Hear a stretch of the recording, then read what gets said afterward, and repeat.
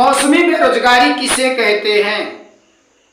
ऋतु परिवर्तन के साथ या समय परिवर्तन के साथ मजदूरों को मिलने वाले काम खत्म हो जाते हैं और उनके परिवार तथा उनके जीविकोपार्जन पर संकट गहरा जाता है और कुछ विशेष समय तक अर्थात कुछ निश्चित समय तक उन्हें कोई काम नहीं मिलता और वो अपना जीवन बेकार गुजारते हैं या बैठकर गुजारते हैं, तो ऐसे बेरोजगारी को मौसमी बेरोजगारी कहते हैं।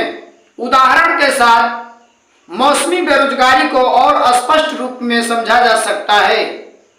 चूंकि भारत की जलवायु मानसूनी है, इसलिए विशेष मानसून में धान की खेती होती है।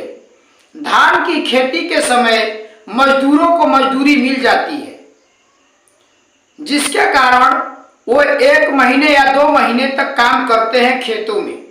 लेकिन इसके बाद अब उनको 2-3 महीने तक कोई काम नहीं मिलता और जब फसल कटने तो उन्हें 10 दिन या 20 दिन के लिए पुनः काम मिलता है।